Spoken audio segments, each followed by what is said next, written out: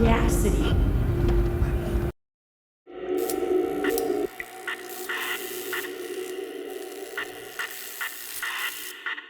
Oddity is a 2024 Irish horror film that premiered at South by Southwest this year. So I had no idea what this movie was going in, only that it was popular with the event's staff. The synopsis on the program was lacking. A blind medium uncovers the truth behind her sister's death with the help of a frightening wooden mannequin. On a very technical level, this is mostly accurate. But without context, this just makes it sound like a spooky buddy cop movie. She's a blind medium, 1 week from retirement. He's a frightening wooden mannequin with no respect for the rules. Together, they try to solve her sister's murder this fall on the CW. Which I'd probably watch, to be honest. But honestly, I'd prefer to go in blind than have the plot spoiled by a trailer, which is, what usually happens nowadays. So it's safe to say that I was completely clueless when I went into this film. Then when the film started, the festival's facilitator took a couple of minutes to talk about the film, where he touted that it was a film that didn't really rely on jump scares to fill you with dread.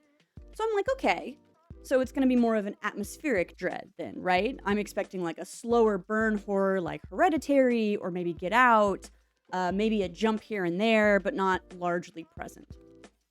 This was a lie. Let me just say, the jump scares in Oddity are not cheap.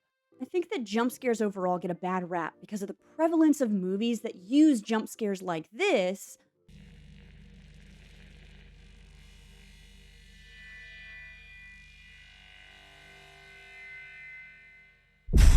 in place of really taking the time to build up a sense of unease and fear, relying on our innate physical reaction to a sudden loud sound and slapping horror on it as though that's all it takes to make a movie scary. But to say that Oddity isn't a film that uses jump scares is a crock of shit. Does it also work to develop a sense of slow burn dread? Absolutely. But I'd argue it's so effective because it uses its jump scares well. In fact, its jump scares are so well used, I literally screamed at least once in the theater. And while I didn't have that same intense reaction when I was rewatching the film, I still felt my heart rate spike in anticipation of the scares that I already knew were coming. And I think that's a huge signifier that this film is a very well done horror movie. So let's get into the movie. We open up on a landscape, which admittedly is not my favorite. I'm of the mind that your first and last frames should be very intentional and should really set the stage for your film. But overall, it's fine, it's nitpicky. We're taken to an old, house, convent, barracks, something like that, in the middle of nowhere, and introduced to Danny, who is in the middle of doing DIY. It's never mentioned what this place used to be, and it's not really at all relevant to the story, except that since it did start life as something other than a single-family home, it has some odd characteristics. So they set up several important story beats with this brief conversation Danny has with her husband Ted, and the voicemail that she leaves her sister. The house has no reception. Ted works as a doctor in a mental hospital and is a huge skeptic on all things supernatural. Danny and Darcy, her sister, are very close. Danny has a time-lapse camera to catch sight of ghosts, and they introduce this asshole orderly. And they do all of this in about 3 minutes, and yet it feels very natural and not at all like forced exposition, which I really think is a testament to this movie's writing. So once all of this is established, we jump forward to what will be the inciting incident. Danny is back at the house, and it's nighttime. She's looking for something. She goes out to her car, and she leaves the door open behind her. This is definitely one of those, don't go upstairs moments, where the character is doing something that the audience knows will bite them in the ass. However, I want you to keep something in mind. Not only is Danny out in the boonies, who would come out here, but Danny also doesn't know that she's in a horror movie. I think that's something people often forget when they're thinking about the suspension of disbelief for characters' actions in horror movies, is that these characters do not know they are in a horror movie. You know that they're in a horror movie. I know that they're in a horror movie because we bought tickets to see a horror movie. They have no idea. So Danny has no luck, heads back inside, and locks the door behind her.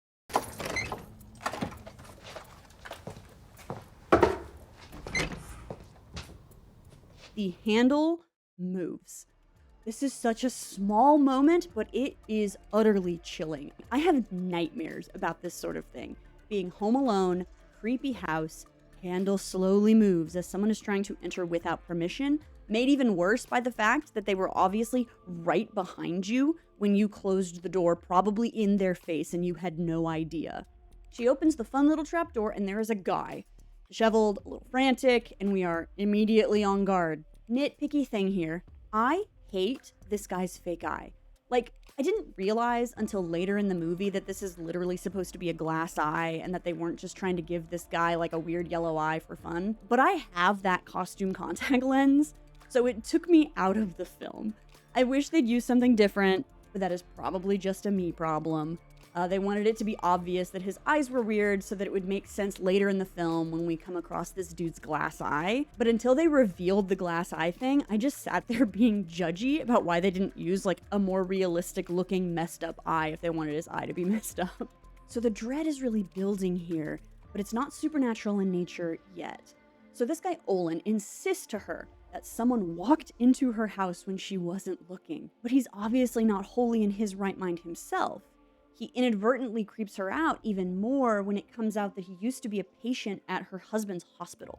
She immediately threatens to call the police, and to our surprise, Olin actually agrees. He thinks it'd be a great idea. But that thing she was looking for in her car? Her phone. And of course, the recently released psych patient does not have a phone either. So he begs her to let him in, and while we can see that she's really thrown off, he's acting so weird. If he's really there to hurt her, wouldn't he not want her to call the cops? But surely two people didn't just wander to her house in the middle of nowhere? But we see the doubt building on her face as the old house just starts creaking around her. She slowly approaches the door, puts her hand on the key, and all the while, the audience is screaming at her not to let the strange man into her home when she is alone in the middle of nowhere. But then it cuts. We are now back in the psych hospital with a new character, drawing pictures of other people, including Olin. He hears some truly distressing noises and goes to investigate, and what he sees, but we don't see, makes him dive under the bed to hide. I think this moment is really interesting because this guy cannot see what is coming for him now. And this seems to be a repeating theme in the movie. This will not be the last time that a character has their view of danger obstructed, and I think it's an intentional part of the movie's horror. Things you cannot see are so much more frightening, and it puts us in their position, blind. They didn't give us his POV shot when he looked out the door, so in this scene, we are even more blind than he is. And I don't think that it's a coincidence that we're about to be introduced to a blind character who often sees more than anyone else. But before we can get to that, this nameless patient goes out into the hallway and finds what is left of Olin. But we only know that this mess of gore is him because the man picks up Olin's glass eye. Something got to Olin extremely violently. Side note here, am I crazy? Why is the eye white now? I swear to God that it was yellow in the previous scene. What happened here? Then there's Darcy. I was confused for a second when the same actress with different hair appeared on screen, sitting in like a weird antique shop. Like, certainly some time has passed, right? Because Olin is back in the hospital and has been killed, but certainly not enough time for all of Danny's hair to go white. But this isn't Danny. This is her twin, Darcy. She's psychic. She can read objects by touch, which is a practice known as psychometry or psychometry. I'm not sure how to pronounce it. She's holding this little metal desk bell as Ted comes into her shop. I really love this interaction with Ted. It gives us so much about her character in such a very short period of time. In many ways, she's like a foil to Ted, where he is logical and scientific. She is a woman focused on the supernatural and comfortable in her belief in curses and ghosts and haunted objects. This is best put when we see this interaction. It's not something to be played with, Ted. Seeing as the last two people who rang this bell were found dead. Okay. Danny used to say that one of her goals was to open that closed mind of yours. She tried. I'm a doctor. Science and logic. Okay. And soon we learned the truth. Danny was murdered that night, almost a year ago, by Olin. Ted's come by to give Darcy Olin's glass eye. She wants to read the eye and see what Olin's last thoughts were as he was dying. Ted seems content to let her have what he feels is a harmless fantasy. Okay, I know that I said that Danny's murder was the inciting incident, but I actually think a strong argument could be made that Ted giving Darcy the eye is the actual inciting incident, making Danny's death more of like a cold open. Tell me what you guys think in the comments. Based on the typical 3-act structure for a screenplay, which do you think qualifies? And though it does seem like Ted genuinely cares about her, he's still reluctant to commit to really spending time with her, like for dinner. But he does invite her to the house as like a maybe sometime soon kind of non-committal sort of way. We learn that there is now a new girlfriend, Yana, who's a co-worker from his hospital, and then he just leaves, leaving Darcy a little shaken up by the news that Ted has already moved on from her sister's death. And now we get to see what Darcy is planning on doing with that eye. She takes off her gloves and she touches the eye. We see Olin, Danny, and then a third figure, a masked figure in a hoodie. Darcy bolts from her apartment and goes into what I like to call her horror closet, because it's obviously where she keeps all of the dangerous haunted objects, like the desk bell from the previous scene, and more importantly, a mysterious wooden chest. Ted's girlfriend Yana is sitting and flipping through the camera that belonged to Danny. She doesn't sleep well or at all when she's alone in this house, and I cannot say that I blame her. And while she won't say that the house is haunted, she does show Ted a couple photos that she took that rather clearly show Danny's face. It's double exposure or whatever you call it. Okay. So that is not how digital cameras work. Good try, though. But Ted has a logical explanation for everything. He is a doctor, after all. I like Yana almost immediately. Like, yes, her first lines are antagonistic, but she's really quick to tell Ted that it's perfectly normal and okay for him to want to keep memories of his late wife. And she's really direct in telling people like Ted and then later Darcy what she wants. She never beats around the bush for the sake of politeness, and I can really appreciate that, even though they are kind of setting it up that Ted and Yana might have been having an affair. Yana points out that there is a familiar chest in the corner. It was apparently delivered from Darcy earlier in the day. But what's even more odd is that Darcy's outside. Ted lets her in, and there's like an awkward conversation where they try to get her to leave, but Ted gives in and lets her stay in the house even though both of them are leaving for the night. Darcy even does herself a little gaslight on Ted, insisting that he told her to visit on Danny's death anniversary. Death-iversary. Ted didn't mention he invited me. Well, to be honest, Darcy, I didn't know you were coming either. When did I invite you? Last week, when you came to the store, you said I should visit on Danny's anniversary. It'll be a year next week, and I feel like talking about her. Yeah, I'd like that. Maybe in a week or two, though. We're still trying to get settled in at the house. Make it a bit more habitable. Darcy announces that the thing in the box is a gift. It belonged to her mother. He opens the crate, but we aren't shown what's in it quite yet. Just a cryptic remark from Ted about how it looks like weirdly familiar. After this, we get a little exposition about Darcy's condition, and I'm not really sure why this was included in the movie. It really seems unnecessary to make her sick.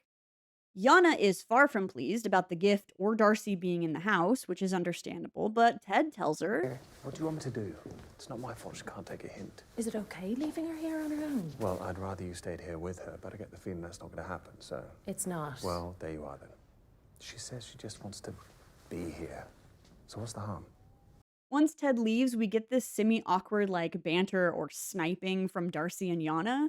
Well, Ted and I aren't married yet, so maybe you should take it back. Don't you like it? No. I find it a bizarre present to give to someone. This is what I mean when I say that I like Yana. Like, she doesn't have an ounce of reservation about telling Darcy what she thinks. And while the interaction is awkward, it's awkward in like a different way, a refreshing way. I thought I'd see more of that like feigned politeness of no one wanting to say what's actually on their mind.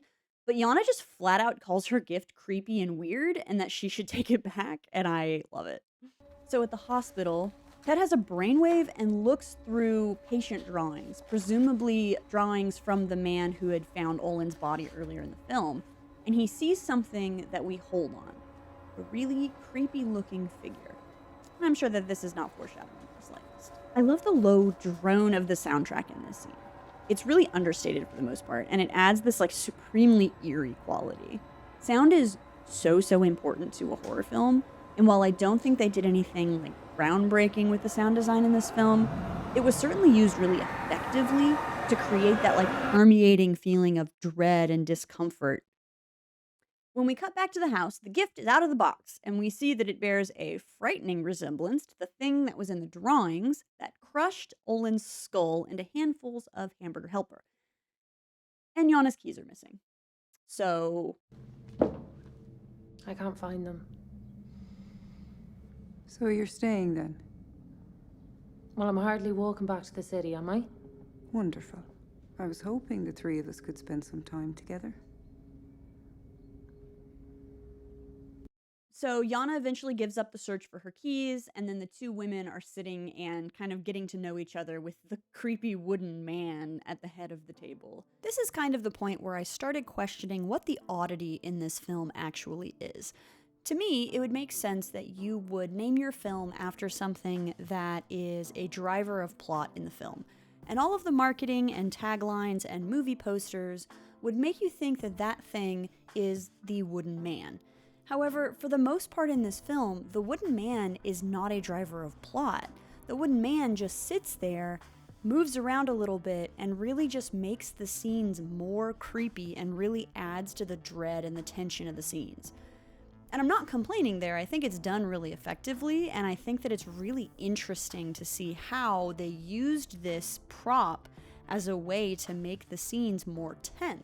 So I think that there is a really strong argument to be made that the oddity is either Olin's glass eye, which is the thing that kicks all of this off in the first place, or it's Darcy herself, who is a clairvoyant and is therefore an oddity in herself. I really like the way that the scene is written. Both characters feel like very different people, and there's this like, I can't really say undercurrent because it's pretty much right on the surface, but this level of suspicion and antagonism from them, both for very different reasons. Darcy goes straight for the throat, asking Yana if she and Ted were having an affair while Danny was still alive, which Yana obviously denies. Darcy asks if Yana feels uncomfortable in the house, and naturally, the conversation shifts to talking about how terrifying the thought of a patient showing up at the house in the middle of the night would be. And if one were to knock at the door, would you allow them in? Of course not. Do I look stupid? I have no idea what you look like. You sound stupid. Excuse me? Do I look stupid? No. My sister and I were identical, so that must mean that she didn't look stupid either. I never said she did. You implied it. Danny would never allow a strange man into her home in the middle of the night. Olin Boole did not kill my sister. And there it is. The thing that we have suspected since Darcy first touched the glass eye and saw this figure. Danny does not, in fact, let Olin in because she is not a complete idiot. Something else I noticed in this scene is that the pupil on Olin's normal eye is like huge. It's probably just like a natural reaction to how very dark the scene is, but I feel like it really adds to making him seem a little unhinged and maybe on drugs. And since we can only see this like small square of his face, it's like really pronounced. A lot of this movie is very yellow, and not like a healthy sunny yellow. It's like a dingy, almost sepia tone yellow. And they tend to use it in scenes where the tension is higher, I noticed, and where there is danger or uncertainty. It's a dirty quality that leads to this feeling of discomfort. Olin tells Danny that he's gonna go get help, and that she should stay by the door. Danny is like understandably really freaked out by now. This big empty house at night, alone, in the middle of nowhere, with maybe a strange person in there with her. I get creeped out if I hear my water heater turn on. And I live in the damn suburbs and share walls with neighbors. But in my defense, my water heater does sound like a rock slide. I am so on edge at this point. Even though I already know that she's gonna die, rather than knowing ruining the suspense, the anticipation of it causes this like horrible dread. Like, when's it gonna happen? How is it gonna happen? I'm like, ugh. And like Danny feels it too, because eventually she caves and actually calls out for Olin again, for the only person that she like could set eyes on who seemed to want to help her.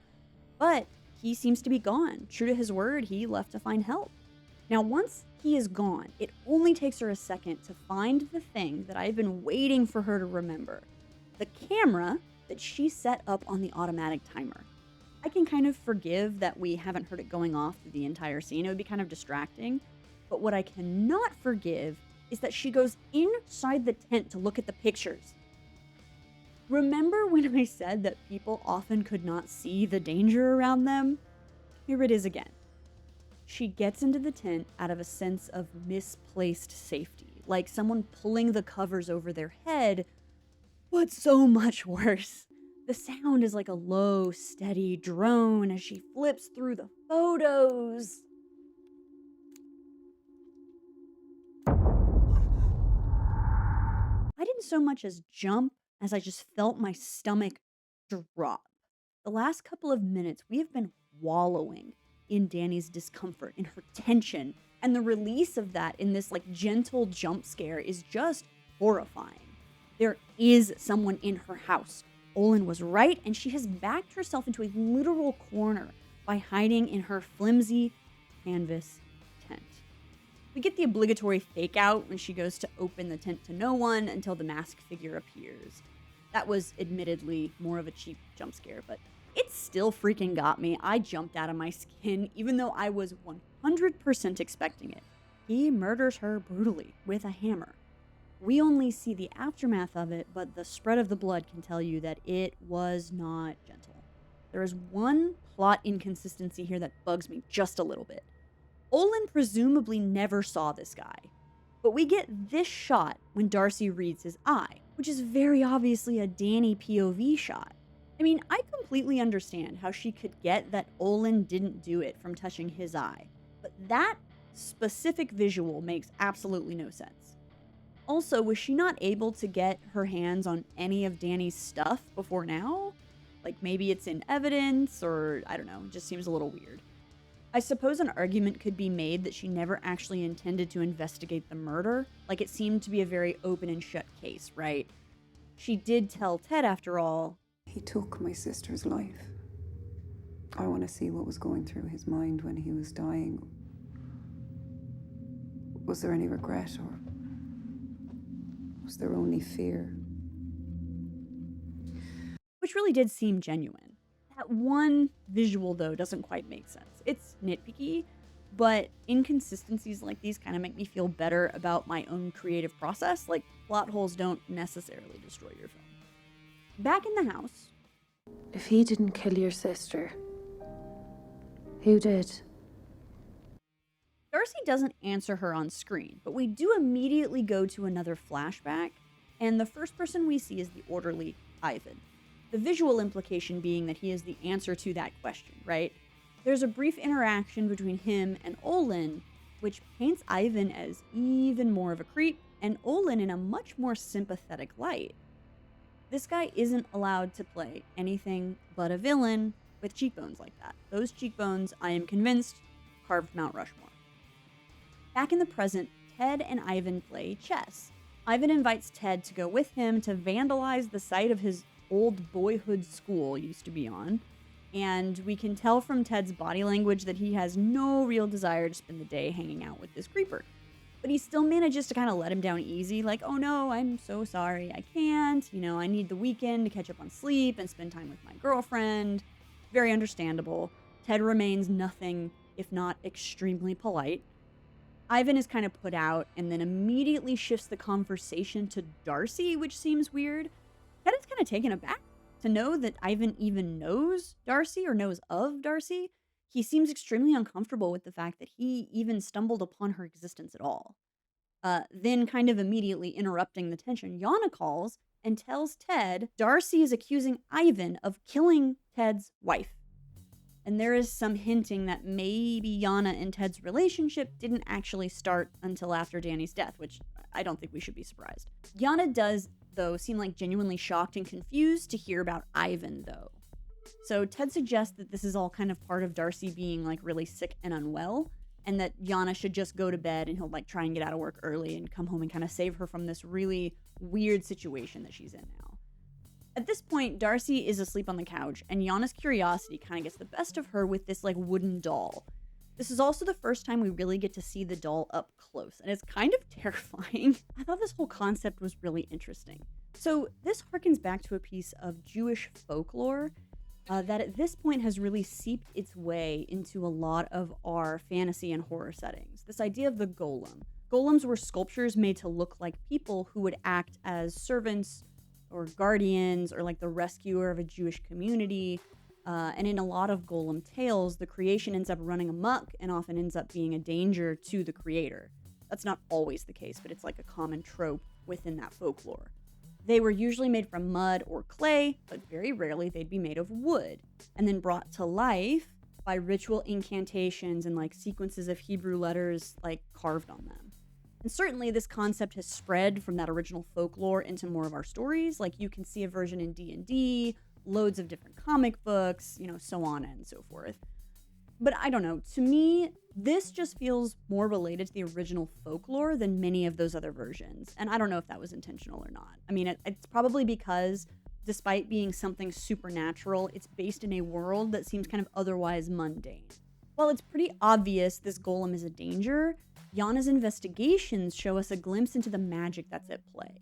So, like using a tool, she removes several things from its head. 2 photos of Danny and Darcy, a lock of Darcy's hair, a tooth, and finally a vial of presumably Darcy's blood. Put them back! And I found it kind of funny that Yana just carefully puts everything back and then just immediately goes to bed. Very like, fuck this, I am out, you psycho. I also love that she just like turns out the lights on Darcy as she leaves. Like, I know that Darcy does not need the light, she's blind, right? But it still felt like just a little bit of a fuck you.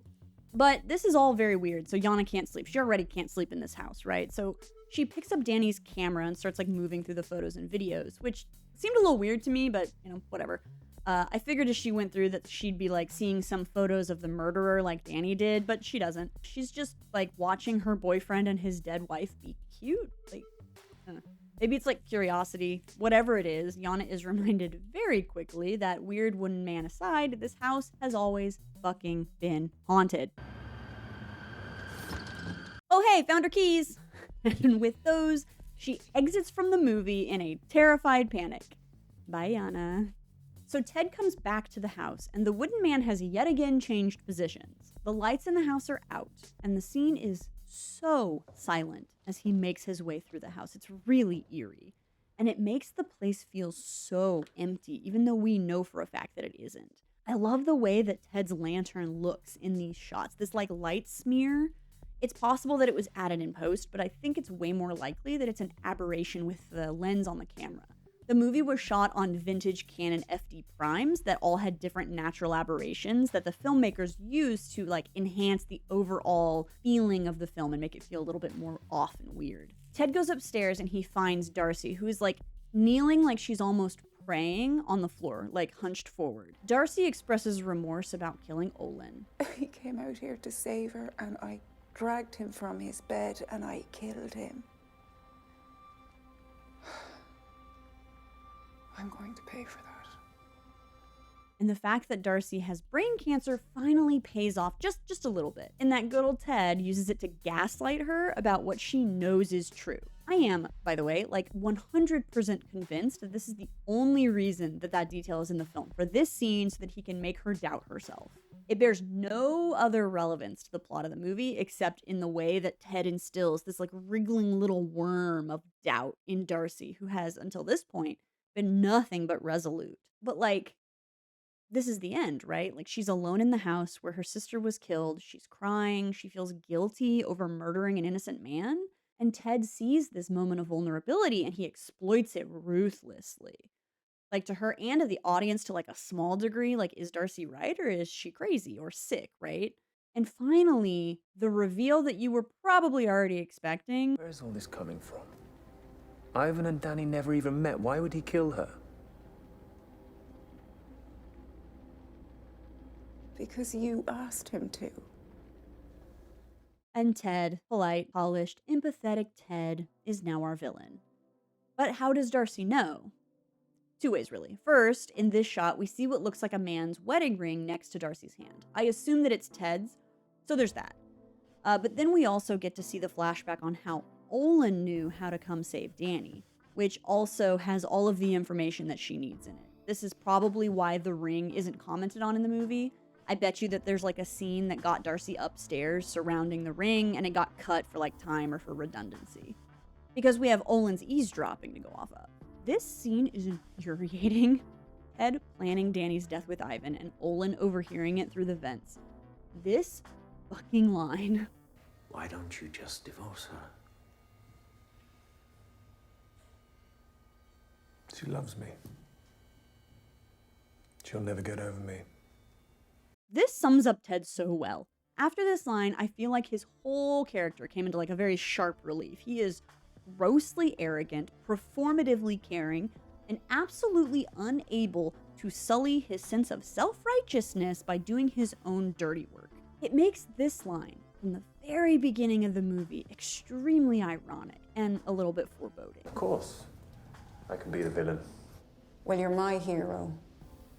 The sheer audacity of this man. Of course, we can tell that it's actually more about the house and his affair with Yana than Danny's alleged codependency. But he's got to keep convincing himself that he's somehow doing something noble in like a supremely fucked up way. He is an upstanding guy after all, a paragon of family, a man of science, and a complete and utter fucking coward. His reluctance to seem like rude or direct or antagonistic is just a way to avoid conflict while like keeping up appearances. She'll never get over me. Give me a fucking break. Ugh. Ted is oh so noble in ordering Ivan not to assault her and to make it quick and painless, and we see how that fucking went. Back in present day, Darcy is on a roll. She seems to have abandoned whatever plan she had with the golem, and instead is outlining her intentions to expose him and take away everything that he has instead of killing him. Ted can't handle conflict, right? We just went over that, and of course, he's not going to admit to shit. So he continues to just gaslight her, to tell her that she could talk to the detective from the case. You trust him, right? You'll talk to him, he'll walk you through it. He'll explain to you that all of this is nonsense, that Olin killed Danny. Darcy is not having it. Ted says that he doesn't have the number, but he'll go to the office and have the detective call his phone, which he leaves close by and begs her to pick up the phone when it rings. At this point, I was pretty unclear on what Ted was trying to do. Like, he came to the house, then we see him leave, and then we see him call the phone. Like, obviously he's up to something, but what?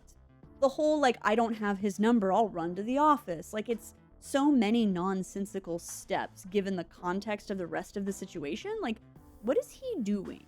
Hi. Remember this from the very beginning of the movie? I held my breath so long when this shot panned down. Don't do it. Don't do it. Don't do it. My whole body was tense. And then even Darcy was a victim to a danger she could not see. Fuck, man. Like, that plan was so far-fetched, but they really sold it. Like, there was so much back and forth here between the house and the hospital that I expected it to get, like, repetitive and confusing, but they really ended up pulling it off. So Ted, having successfully extracted himself from the conflict and still managing to keep his hands clean, sends over our good old pal, Ivan, to the house to make sure that Darcy is taken care of. And it makes me wonder why Ivan is willing to do these killings for Ted. Like, what is he getting out of it? Like, does he just enjoy it?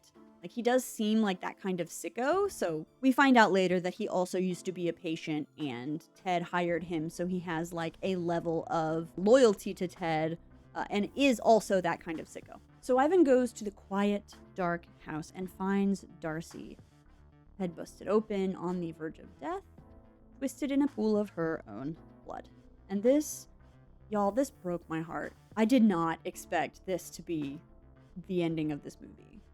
But Darcy is not done yet. Ivan gets distracted by the camera that begins to randomly fire in the bedroom. And I feel like the photo he sees of like a ghostly Danny indicates that she's working with Darcy to get their revenge on her killer. I don't know why she didn't warn Darcy about the like pit trap she was about to fall into, but you know, ghosts have weird rules. The golem finally moves. The promise that we've been waiting for since we first saw it. Part of me wonders if Darcy animates the golem or if she like possesses the golem herself. Either way, the golem goes after Ivan, and its every step is punctuated with these groans and horrible cries that seem like less to come from it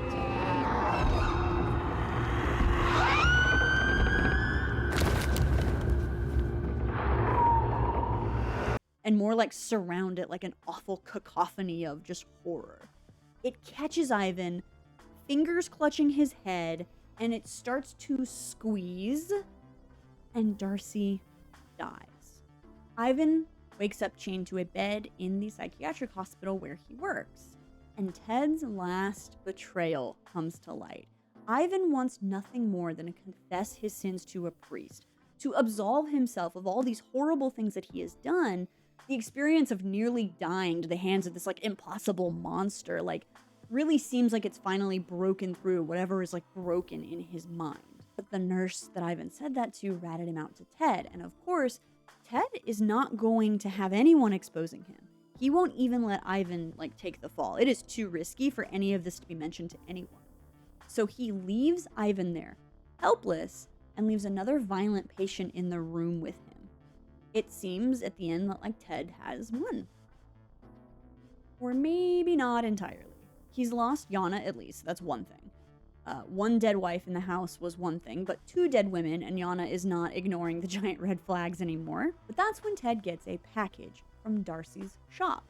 Ted's curiosity gets the better of him, and he opens the box to find the old antique call bell that Darcy was holding the first time that we saw her. The haunted bell.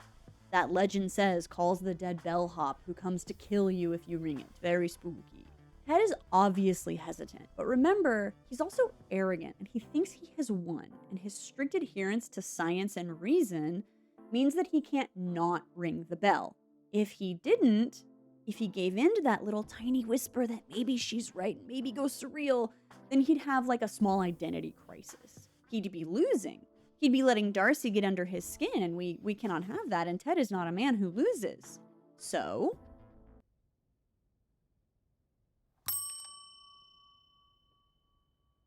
that was Oddity. I really enjoyed this film. I thought it was a solid horror movie that did atmospheric creeping dread really well and enhanced the creep factor with extremely well executed jump scares. I left most of the jump scares out, so if you do go see this film, there will be some surprises there left for you, and I really encourage you to go see it. It's a great watch. It's available on streaming. Even if you know the plot, it is still worth watching. If you enjoyed this video, please give it a like and subscribe. I am working pretty hard to maintain a better level of consistency moving forward, posting videos on horror movies. So I hope to see you guys again soon. See you later.